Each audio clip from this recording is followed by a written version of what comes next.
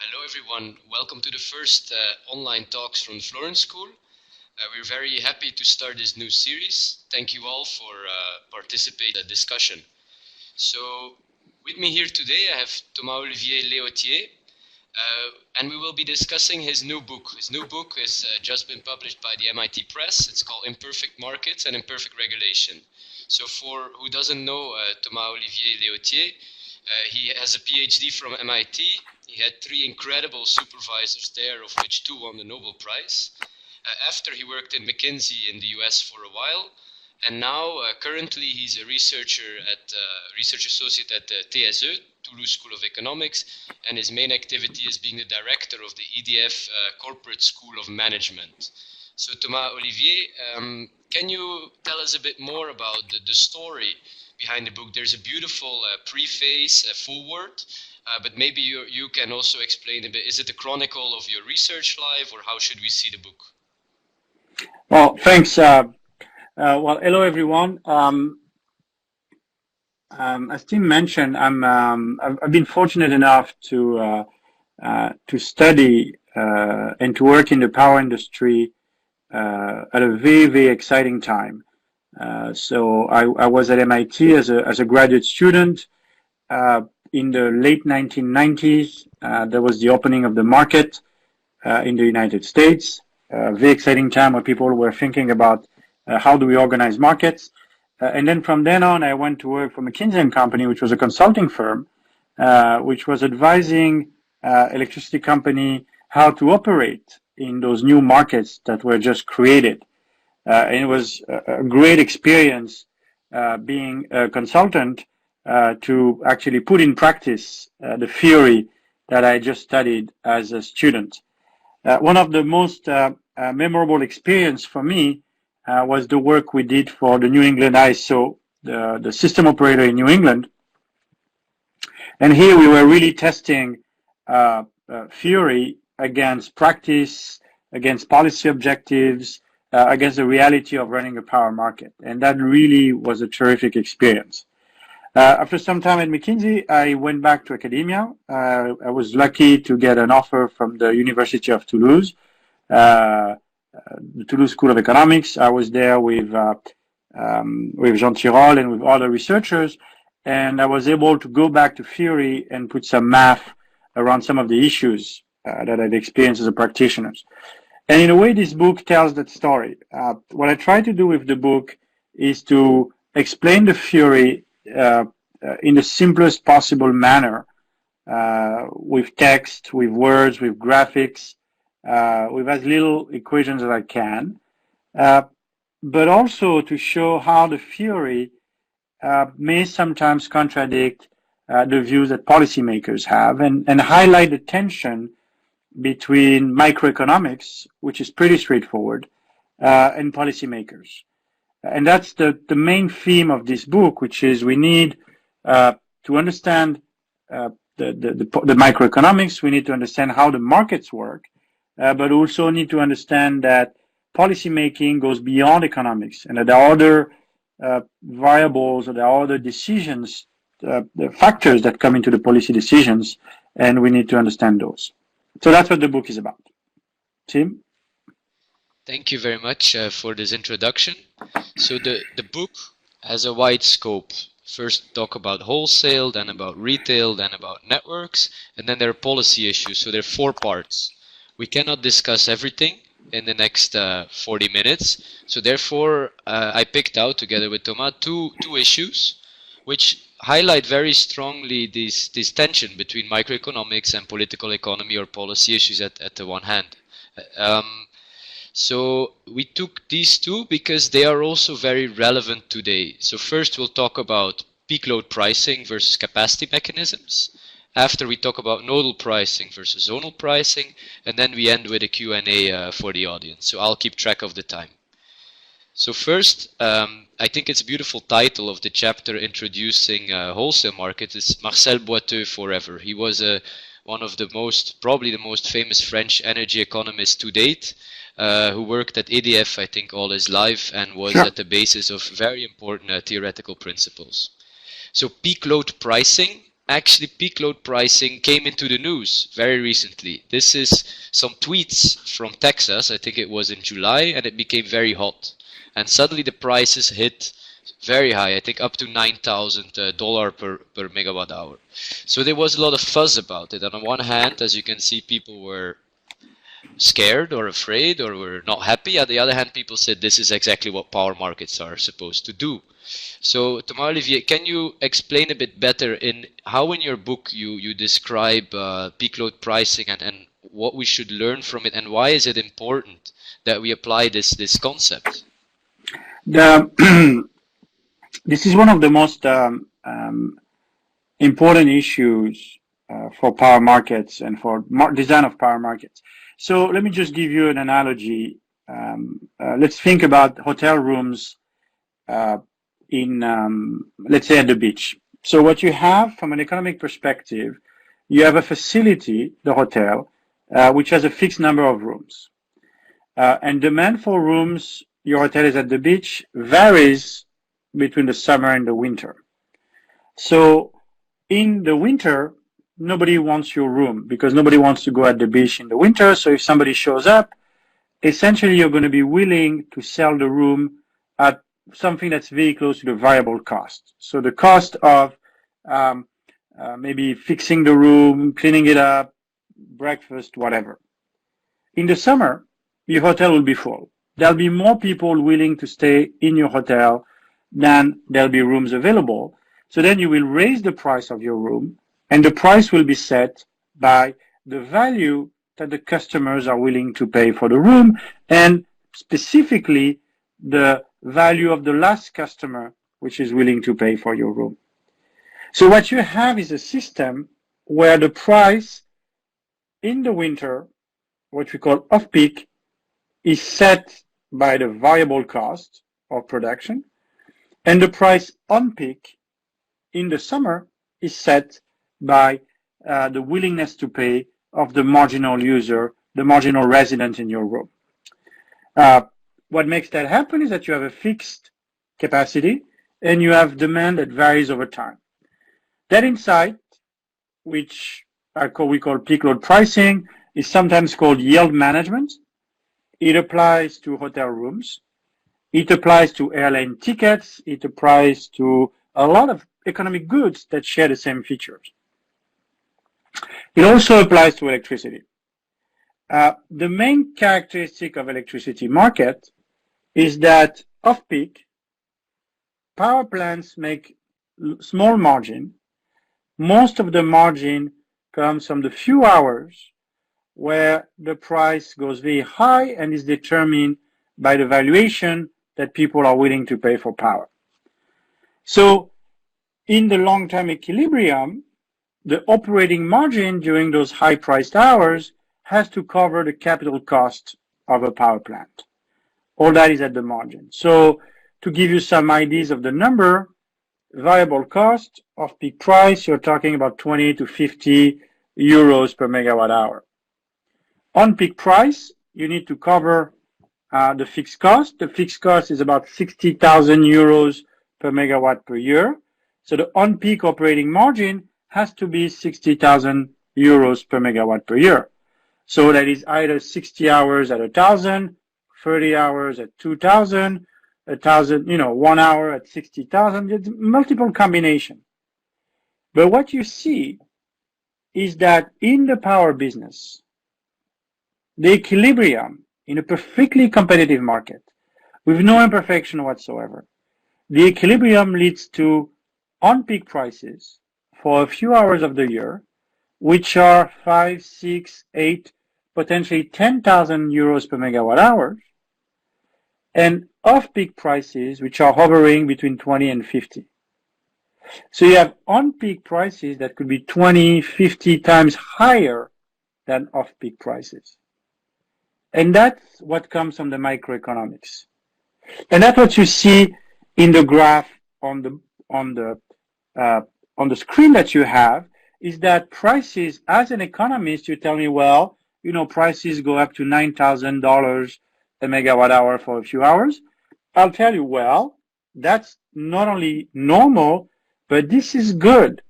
This is how you recover the cost, the fixed cost of building power plants. This is normal. This is what you would expect from a perfectly well-functioning market. So as economists, we have absolutely no problem with very high prices for a few hours because that's how it's supposed to work, and that's how you recover the cost of your facility, the cost of the infrastructure. And mind you, airlines, hotels, they do the same thing. When you book a flight in the summer, it costs you 2 or 3 times more than in the winter, and nobody sees a problem. When you go to the hotel at the beach, in the summer, the room will cost you 3-4 times more than in the winter, and nobody will see a problem. So what's different about electricity? Well, there are two things. One is that the spread between off-peak and on-peak is much greater. You're talking about 20, 50 times. So that's a big spread. And second, and more importantly, electricity is a political good. Electricity gets politicians all worked up. So you cannot ignore the political, in a good sense, the political dimension of electricity. So nobody really complains when hotels' rooms are expensive at the beach in the summer, but politicians and voters take notice when prices of electricity go very high. And it's exactly what the example is doing, and that's exactly the tension that we have between the economic view, which is on the right-hand side, that's the value of electricity, and the citizens' view, the voters' view, the politicians' view, which is high prices cannot be logical, somebody is gouging the market, somebody is not doing something right. So that's a tension you see. Now, if you play that a bit further, a couple of observations.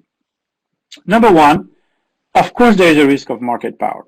And as economists, we have to be very cognizant that markets are imperfect. And that whenever there is a possibility for somebody to flout the market rules, to find a loophole, and to extract money from exploiting some loopholes in the market rules, somebody will do it. So market power does exist. Market power does exist in the electricity market, and there are some, the regulators spend a significant amount of time trying to detect abnormal prices and trying to prove market manipulation and prosecute market manipulators. Every year, something happens and somebody gets caught. So you can look at it as the glass half full, that is, people get caught, or the glass half empty, which is, stuff happens. But having said that, we know there's a risk of market power, and we know that we can address it. We've made significant progress on the dimension of market monitoring since 1990. When I started working in the late 1990s, it was a California crisis. Nobody understood how market power was exercised in the electricity market. The regulators didn't have any market monitoring agencies. There was a big asymmetry between the traders on the one hand and the market monitors on the other hand. Now I think it's more balanced. So you still have a risk of market power, but regulators, market monitors have the tool to counter that risk. So that's issue number one.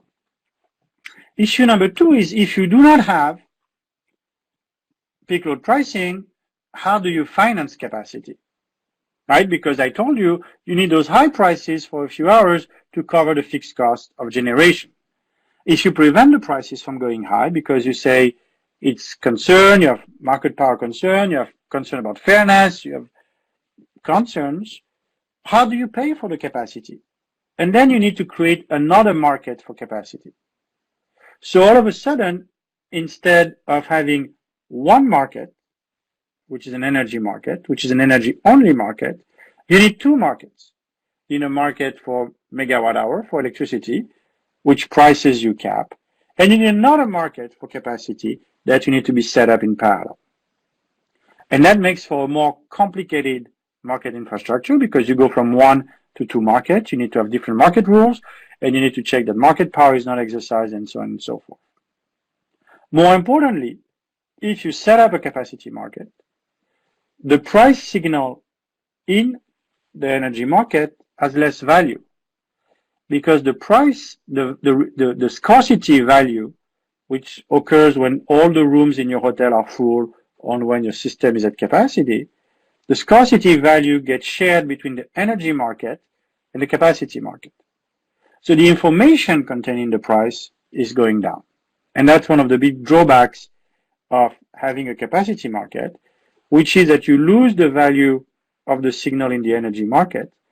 And if you think what should happen to the electricity industry, which is decentralization of power system, having people make decisions, coordinating decisions by tens of thousands of people in real time, if the price has less information, then you will find it extremely difficult to coordinate users in real time.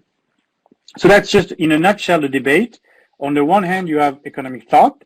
The conclusion of the economics and the microeconomics are sometimes difficult for politicians to accept. And the debate is whether you go with the economics or whether you decide for another system which creates additional complexity. Tim? Okay, so that's very clear. It reminds me of a beautiful quote I read about this is, we need high prices to avoid high prices. Yes. So this is actually what is meant here. And in the chat, there are already some questions, and they perfectly align with what we were thinking of, because the next point, which is also part of the peak load pricing debate versus capacity mechanism, is demand response. So demand response is a bit of a red thread through the book. Can you explain what is exactly the link between demand response, peak load pricing, and capacity mechanisms? What can demand response solve? Yeah, demand response is the ability of customers to reduce their consumption in response to higher prices. And I've seen there was some questions that relate to that issue. So demand response is customer willingly and voluntarily reducing their consumption. So I see the price going up. I decide maybe I don't need to run my factory as much as I would otherwise, and I'd rather reduce my production rather than pay high prices. As a retail customer, the price is going up. Residential customer, maybe I'm going to decide to turn off my AC for a couple of hours, or as a building, as a building manager, maybe I'm going to decide to turn off the AC for a couple of hours in the building. That way I'll consume less electricity in the high prices. Now, again, there are two ways to think about demand response, and both are economically somehow related. One is I reduce my consumption. Well, in any case, you reduce your consumption. In one case, you save on the electricity you consume because you pay less for the electricity. In the other case, you resell the electricity you've bought from your supplier. So there are two shades of demand response, but the underlying economics are reasonably similar. The price goes up, you consume less, you save money.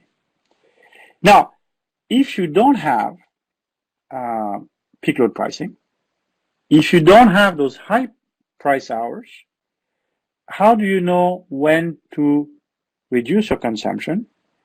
And if you want to invest in the facilities that enable you to reduce your consumption, you're going to make a business case against the price you're going to save.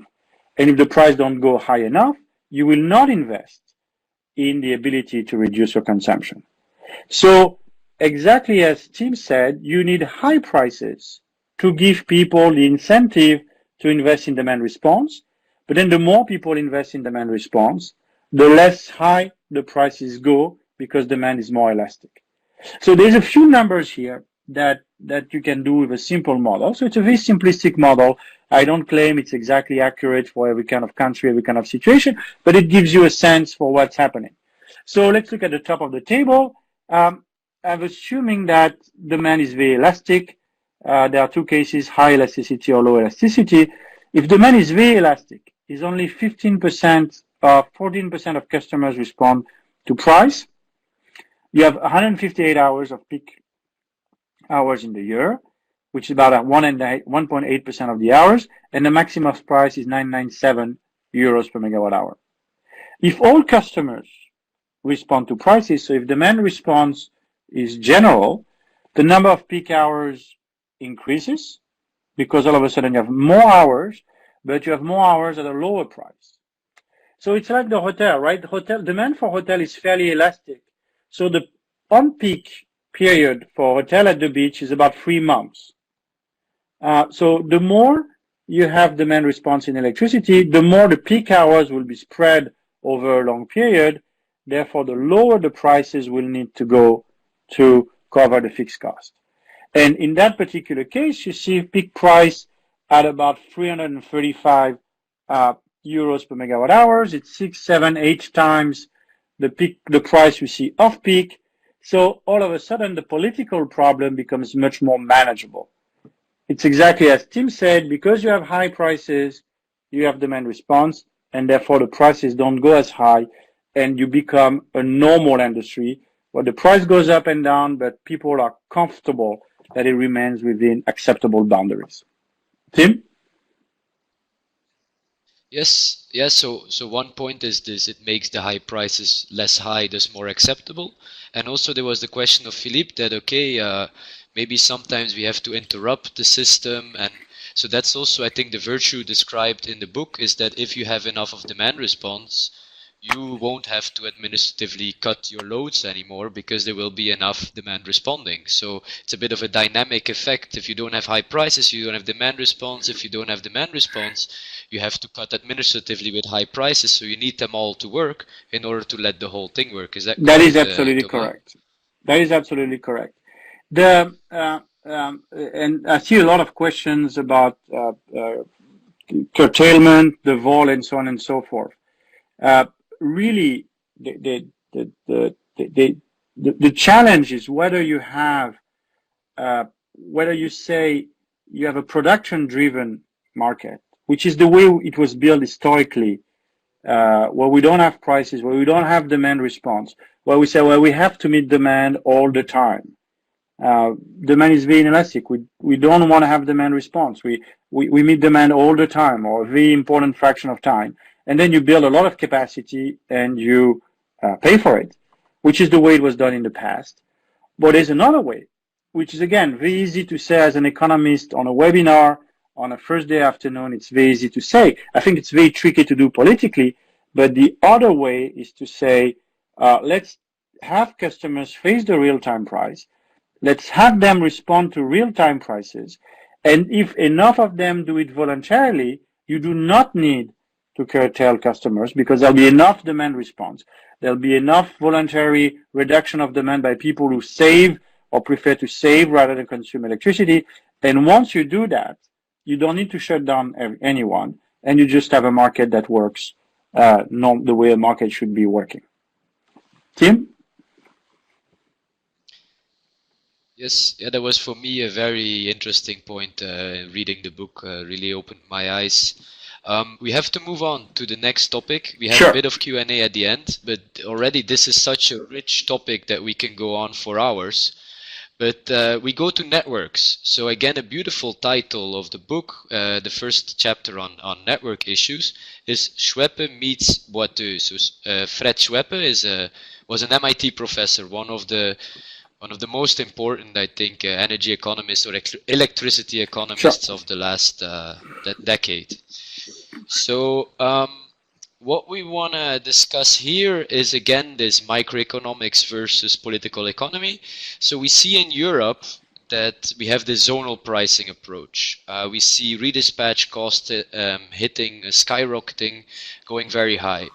The same, and there's there's countries like Germany who really kind of oppose changing their bidding zones and instead wants to build more and more lines. They're talking here about 80 billion euros of investment in order to let their system run in the current, let's say, wholesale market configuration. On the other hand, there's the legendary Bill Hogan, who introduced or who was the founder of one of the founders of the idea of the notion of nodal pricing, which has been implemented in the US since quite a while.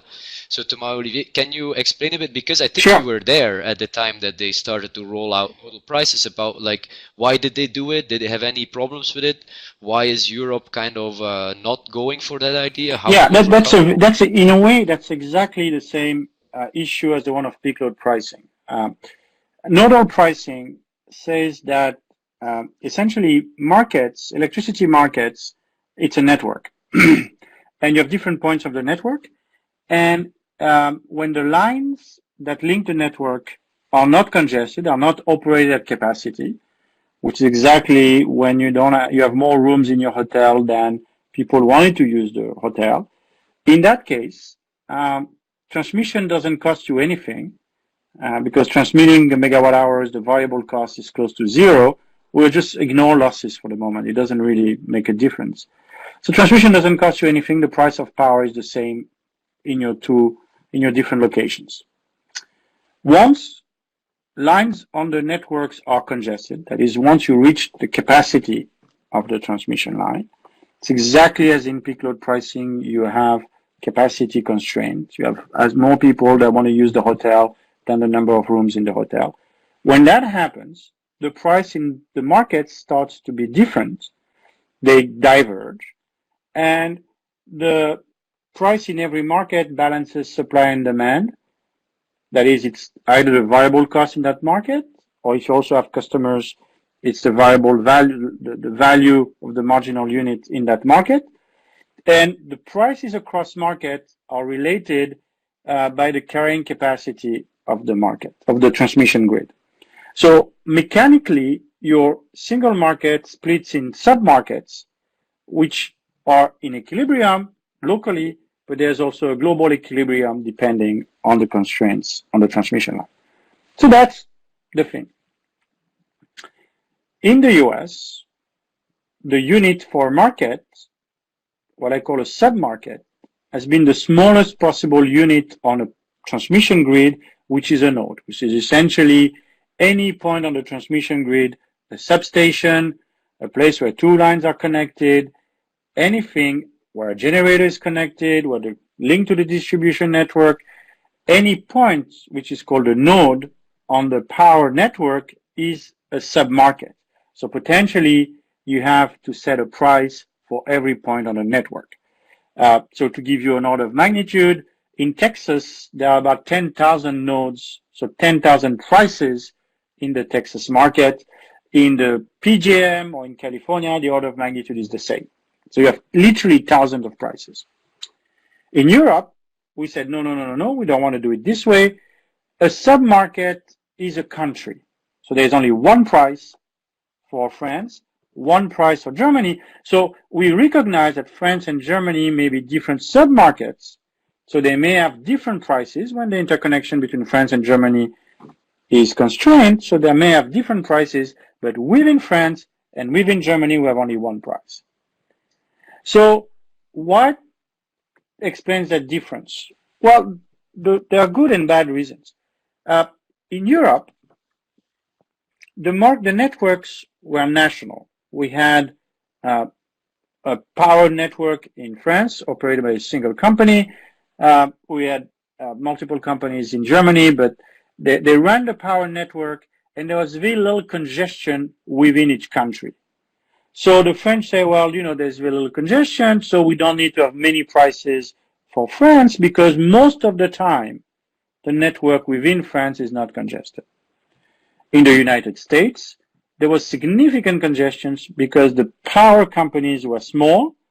They each owned their own little transmission network. So when you start to create a market, all of a sudden you aggregate many multiple small systems, and there's a lot of congestion. So in the United States, they start with what we call zonal pricing, which is what we have in Europe, which is big zones, in 1998. And after a few months, they realized it was not working, and they moved on to nodal pricing. Texas did the same. I remember going into the office of the Texas commissioner, I think it was 2000, 2001. She was a lady. And I remember distinctly going to her office, telling her, ma'am, you will need to move to nodal pricing because you will have congestion in Texas. You will not be able to manage it correctly. You will have to move to nodal pricing. And sure enough, after a few years, there was significant congestion in Texas and they moved to nodal pricing. In Europe, we are not completely there yet. We have significant congestion piling up, and the example shows that in Germany there's significant congestion, but the political will is not there yet to recognize that within Germany we should have two price zones. And that's very important to understand because the German says we do not want to cut Germany into, again, ever. And from a political standpoint, it makes sense. I mean, it's the right of the German politicians to argue that they don't want to cut Germany. And that's a very valid political point. As economists, we tell them, fine, but if you don't do that, you will not get the right price signal. You will not get the right decisions in terms of location for people. People will put their power plants at the wrong location, or they will put their demand, their factory, their consumption unit at the wrong location, and you'll get a lot of inefficiencies. And that, again, is a perfect example of the tension between economics, who tells you you should have the right prices because prices are what drives decision. That's what drives consumption decision. That's what drives investment decision. So having the prices right gets people to make the right decisions. If you have the wrong prices, people will make the wrong decisions. It will be costing you more. That's what economics says. Policymakers as well, that's true. There's the cost of this, but there's also the political sensitivity. There's also the social dimension. There may be, in some cases, some distributional effects. And we are willing, as politicians, to trade off economic efficiency against social justice or social norms or this and this and that. And that, again, is a trade-off that the policymakers make. We, as economists, need to remind them that, you know, if you make that trade-off, you're going to lose efficiency. It's going to be more expensive in the long term. That's... Okay. Yes, very clear. And also, Sharissa asked, like, do you think we would choose a nodal price system in Europe? This aligns with a very nice quote from the book. It says that Europe does not have nodal price. Like, one of the reasons that we don't have nodal pricing is that we don't have a Bill Hogan in Europe. And another let's say, quote is that Europe still does not have a single pan-European TSO who is in charge of operating the transmission grid. Do you see, is that a necessary condition to go to nodal? Is that something you see happening? Is that, yeah, a necessary step? Or do we have to take that step to nodal? Or you said, let's just split them into two, which is kind of, let's say, an intermediate solution? I think the issue of TSOs, of the pan-European TSO, is a very complicated one. What you see today is that nobody in Europe is accountable or incentivized to reduce congestion on the transmission grid. The national TSOs, certainly not in France. I don't know the details of the regulatory compacts within each country, but no national TSO is accountable to reduce congestion within a country, or reduce the congestion cost within a country. And there's no one who is accountable to reduce congestion cost across countries. So as long as no one is accountable to manage the congestion cost, to reduce them, no one has incentive to reduce the congestion cost, you will never move to something that is more efficient, because why should you? So should you have coordination within Europe? Should you have one entity that is accountable to manage the congestion cost? They look at all the options that are available to manage congestion costs. And at some point, pretty quickly, they realize that building new transmission lines is going to be very costly. Therefore, they need to be more efficient in the way they use the existing line. And to be more efficient, guess what? You'll need to use a price signal so that people make the right decisions. So unless you have somebody who is in charge of managing congestion, Let me put it a different way. I don't know, maybe too forceful. The day you have somebody that is in charge of managing congestion, that is responsible and has incentives, that will give impetus to move to nodal pricing. In the US, the ISOs were in charge of managing congestion. That was a metric they were reporting. There were not financial incentives, but it was a metric they were reporting. And when they were put in charge, they had to move to nodal pricing because that was the most efficient way to do it. In Europe, there's nobody in charge, and the national TSOs, they don't manage the international congestion. So they will have less incentive today to move to nodal pricing. Yes, Tim. Okay, so the key is at the regulatory frame Sure. at the European level to align all incentives. So now we have 10 minutes more, I think, for some questions from the audience. What you see here is that if you want to know more, Thomas will also be in Florence to give a 2-day course. It's a bit of advertising.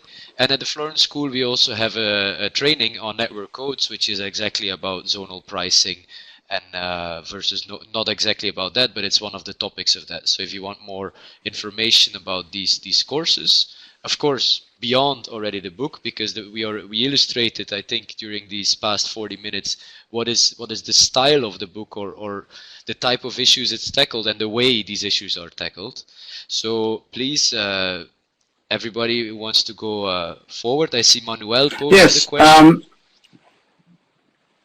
The last question was about should the regulatory compact evolve for the TSOs to be accountable for the congestion cost? I think so.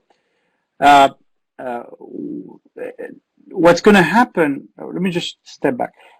The way the system is built today is that in the 70s, 80s, and 90s, we built big power plants, and we build the transmission lines from the power plant to the demand center. So within each country, the network has a little congestion. Over the next 20 years, we're going to replace existing power plants with new power plants, carbon-free power plants, mostly renewables, wind farms, solar farms. So there'll be new generation assets coming online, and those new assets will be located in different regions from the existing ones. There's no reason why they should be locating where the existing ones are. And those new generation assets, because they are renewables, they'll be variable. So the power flows will be very different between now and will be very different 20 years from now than they are today. You'll have different power on the network. Now, to accommodate those new power flows, you will need either to build lines, but I personally don't believe it will be possible to build significant new transmission capacity because people simply do not want to see new transmission lines. So we will see some addition, but not as much as we could hope. So the only way we're going to be able to accommodate that new generation is by making better use of the existing lines.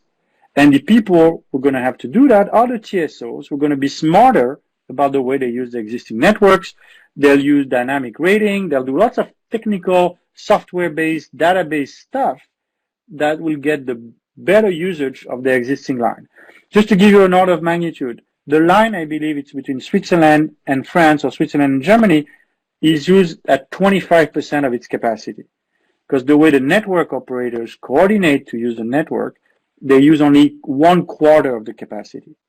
So in the future, you'll need to use the line fully, and to make that happen, to answer the question, you'll need to give somebody incentives to use the line better and more efficiently. And that's where we should go, which is incentives-based regulation, which is a departure from the current regulation because the current regulation is essentially cost-based. It could be a price cap or a cost plus, but essentially about a cost base, and you need to move to incentives-based, and you need to give the right incentive to the people, and that's the next generation, I think, of regulatory design. Tim?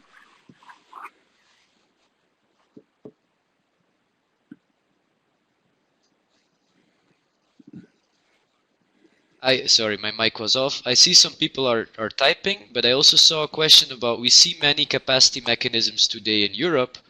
Okay, that's a reality, but if you have to choose one capacity mechanism, first of all, let me which say one would you choose? the fact that we see a lot of capacity mechanisms I think it reflects the fact that the policymakers are hugely concerned about high prices, and they do not believe, for right or wrong reason, they do not believe that it could be another equilibrium where you could get low prices or reasonably low prices with the energy-only market with a significant demand response. So we see a lot of capacity mechanisms because I think there is somehow the economists who are not making a good enough job of explaining the markets and the different states of the market to the policymakers.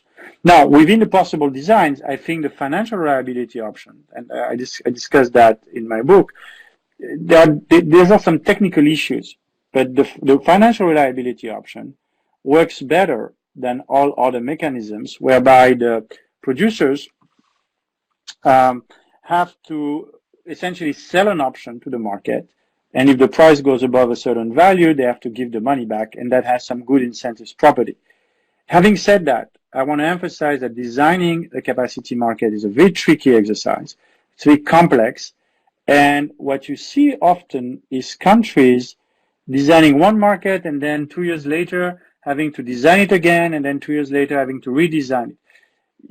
Designing electricity market, especially capacity market, is a tricky business. And even though financial reliability options, I think, are better designed, there are so many details and so many options and so many variables that it's almost a never-ending design thing. Tim?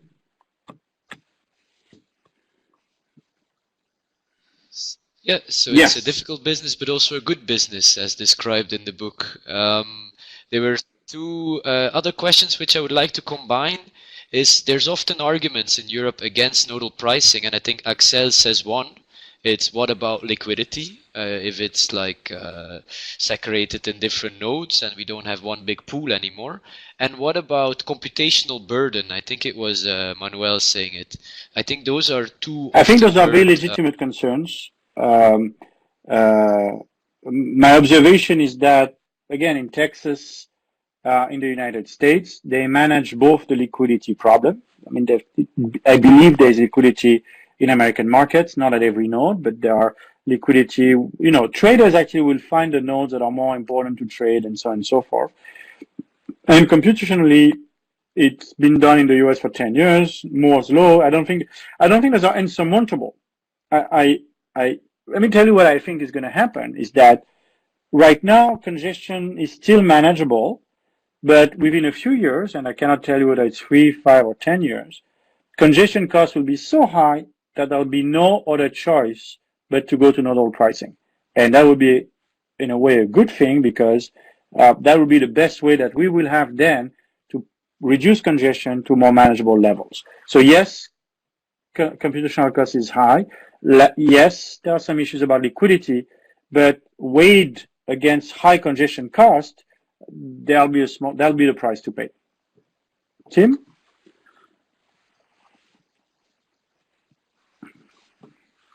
Yes, so it's costly to remain in the solution where we are today. Maybe a last one. Sharissa asks about. Oh yeah, there's one of the chapters. One of my students look at strategic reserves. He wrote a paper on that, and we included it in one of the chapters. It's kind of a simple thing when you think about it, but there's one result that kind of struck us, is that if you want to achieve a given level of security of supply, that is, if you want to achieve a certain level of generation capacity installed, whether you do it with strategic reserves, whether you do it with a capacity market, whether you do it with reliability option, it's going to cost you the same thing.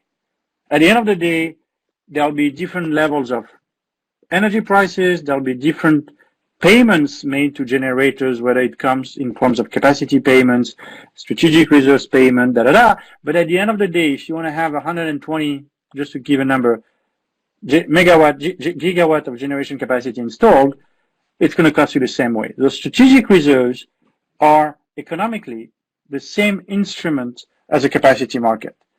What you see are the prices are different. There's different prices in the energy market. There are different capacity payments that are made.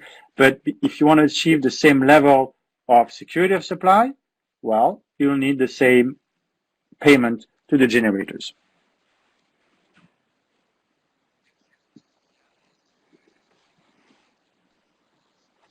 Thank you. So Chiara is almost stopping us. I think we could go on forever. Yeah. Some last words. What I think, I mean, I suppose that audience, all of you Thomas. listening on this talk, most of you are electric engineer students or economists. I mean, you're working in this business. I would urge you to be both, as economists, humble but obstinate. Humble in recognizing that all business as economists is all about efficiency. That's not the only thing that matters. So recognize that policymakers may make different decisions than the one who would advertise or would advocate because they include efficiency but other concerns in their decision making. So we need to be humble. On the other hand, I would urge you to be obstinate.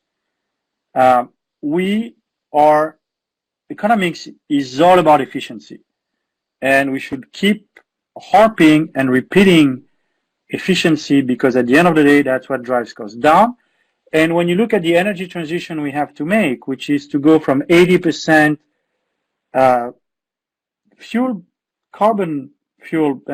fossil fuel to 0% fossil fuel in our energy mix within the next 30, 40 years, it's going to be a massive transition. It's going to be a massive cost, and efficiency is going to be super important. So we have to understand, be humble, and agree that efficiency is not the only thing, and understand that people will have other concerns, but we'll be very obstinate because if we want to make that energy transition happen, we really need to cut the costs down, and we really need to have efficiency. And that's all I learned in a life. Thank you very much. Thank you very much. Wise words to end. I would thank everyone for attending this seminar. Thank you. Thank you.